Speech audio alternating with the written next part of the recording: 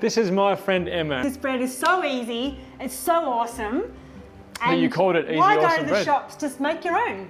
And lots and lots of numbers on the back of a label when you buy bread, preservatives and things like that. Many numbers. This has 4 ingredients, and one of them is water. So it's an awesome recipe, and it's easy. Did I mention it's easy? And awesome. And awesome. Let's get into it. From start to finish, how long does this bread take? Oh, it still needs proving, but the actual process is very easy. So start to finish, if you really push, probably an hour and a half. So an hour and a half you need. Yeah. If you're thinking about bread. Yes. Maybe 2 hours. Okay. Yeah. All right, let's go then. Yeah. Or you could walk to the shops in 5 minutes, but I'd rather make my own and... You can stay in your jammies. Stay in my jammies. Yeah, well, you can go out in public in your jammies, but you might get institutionalised, and no one wants that. No one wants that. Okay, so we've got 500 grams of strong flour. Make sure it's strong bread flour, has a bit of a higher protein count. Salt. And then we need salt. We need 10 grams or 2 teaspoons or 3 really big pinches. I have to be careful though, because salt does kill the yeast. And then we've got 10 grams of yeast or 3 teaspoons of yeast, because yeast is lighter than salt. Now with the yeast doesn't like salt, so we just mix it in a bit. So the salt is coated now by the flour. Pour in the yeast, mix that in, and then pop it on the kitchen mixer. Master. And then the key to this is we have the water up to 60 degrees, and we just dump it in. Pop the mixer down. Turn it on to a kneading setting or just a low setting, doesn't need to go too fast.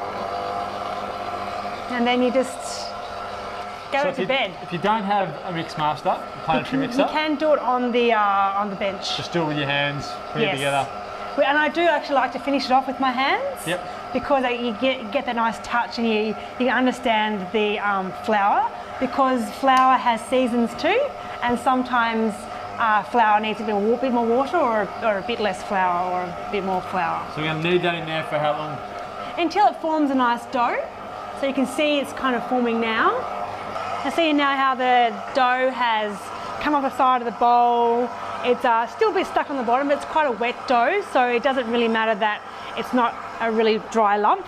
And so we can take it out of the bowl. Yep. And we dough hook off. Dough hook off. Pop it in there. Yep. And then the problem, what people do. Do you like my little pastry scraper? I love this little pastry scraper. It's nice and stiff, but it's got a nice little malleable edge. Yeah. It's fancy. And it's a good colour. My first pastry scraper was a ice cream container cut out. Yeah. Nice. Those heady days of being a poor student. Okay, so you scrape it out onto the bench, but you don't flour the bench, because when you flour the bench, you add in lots more flour and you can get a really dry loaf. Yep. So so instead of kneading it like that, which would stick, you knead it like that. So you slap it and roll it back on itself. Yeah. It's this really great technique, and it builds a really nice crumb in the dough. Yep. So I like to just see how it feels. It feels nice. It's good to cook by feel rather than just. It's warm. It's nice and it's still warm, so that's really activating the yeast, and we'll just get that and we'll put it in our bowl, slightly greased. Pop it in our bowl. Bit of cling wrap on the top, and we'll let it prove for about 40 to 50 minutes. Because I've already started the dough off warm though, it's got a head start. Yep. So I love that. And look at that, boom. That looks great. That is a big bit of dough. So we get our pastry scraper, and you can see all the yeast activated. Look at that.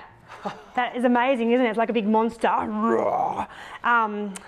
We lost that bit. That looks so cool. So that's all beautiful activated dough, and we just scrape it out of the. So that's the first proof, and then we're going to shape it. So is this knocking it back? It's called knocking it back. You can punch it like, take some stress out. Take some stress out, but you just get it out. So it's quite moist. See, it's nice and moist. Yep. And it can be sticky, but if you work it quickly, so you just get it off the bench and you work it quickly. Same process as before? Yeah, so slap and a fold. Yep. Slap and a fold so it doesn't stick to the bench at all. So pick up the other bits? Pick up the other bits. So if you floured this bench, you'd be adding heaps more flour into the dough and you'd be drying out the loaf and you make a big, heavy, dense loaf. But by doing it this way, It's one of my favourite recipes of yours because you're cleaning as you go. Yeah, I'm learning, Ben. It's only taken me a little while, but I'm learning. It also takes out a lot of frustrations out of your ex-boyfriends. What did your ex-boyfriends do to you? Oh, look, they're all quite nice, actually. You just kind of, it's great fun, get a bit of a workout. And you can see that nice smoothness coming through. And if it does stick, you just get it off with a scraper. So you don't flour. People would think they have to flour this, and you don't. So I've got a little girl, Charlie. She would love this. She would love it. Absolutely. Kids love it. I don't know how much bread we'd end up with at the end, but she would love that. And on the one side, we're going to do little buns. We'll do that one. We might need a little bit of flour for the shaping process.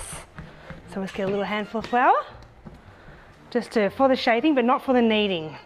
Just for the shaping? Just for the shaping. So now we're allowed to have a bit of flour. But you can see if you put in like 5 or 6 pinches, you'll add in like another cup of flour. Yeah. All right. So to make little buns, we're going to get 4 little buns out of this, I reckon. Yep. So we Into quarters?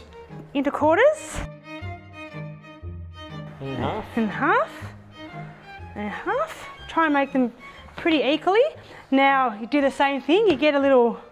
So you're building in the spine into the bun. So you want to get a little, all kind of a seam in there. Yep. And then you turn that on a nice soft top. And then you get it, and then you put your hand over it. You gently roll it around. There we go, and then there you go, a little bun like that. And so we're going to shape the bigger loaf. So you get that seam's in there.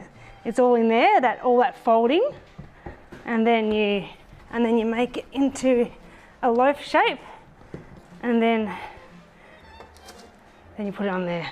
Did you sprinkle sesame seeds over that, or? Yeah, after they've proved, I sprinkle some bit more flour on there, or sesame seeds or poppy seeds. Yep. So how long will they need to prove for? About half an hour, 40 minutes. Somewhere nice, warm and toasty. Nice and warm and toasty. And then in the oven, what's the oven set at? 200 degrees, nice and hot, has to be preheated. And for how long? About 40 minutes. Great.